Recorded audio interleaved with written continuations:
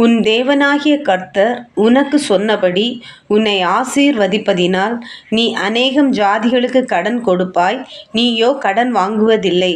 நீ அநேகம் ஜாதிகளை ஆளுவாய், உன்னையோ அவர்கள் ஆளுவதில்லை என்ற வாக்கு தத்தங்களுக்காக ஸ்தோத்திரம். ஏற்ற காலத்தில் உன் தேசத்திலே மழை பெய்யவும் நீ கையிட்டு செய்யும் வேலைகளை எல்லாம் ஆசீர்வதிக்கவும் கர்த்தர் உனக்கு தமது நல்ல பொக்கிஷ சாலையாகிய வானத்தை திறப்பார். நீ அநேகம் ஜாதிகளுக்கு கடன் கொடுப்பாய், நீயோ கடன் வாங்காதிருப்பாய் என்ற வாக்கு தத்தங்களுக்காக ஸ்தோத்திரம்.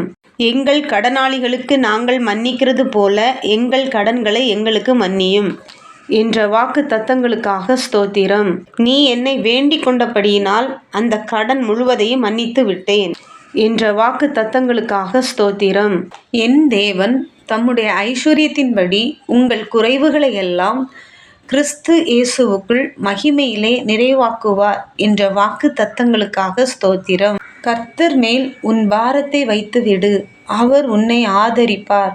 நீதிமானை ஒருபோதும் தள்ளாட ஒட்டார் என்ற வாக்கு தத்தங்களுக்காக ஸ்தோத்திரம். ஐஸ்வர்யத்தை சம்பாதிக்கிறதற்கான பலனை உனக்கு கொடுக்கிறவர் என்ற வாக்கு தத்தங்களுக்காக ஸ்தோத்திரம்.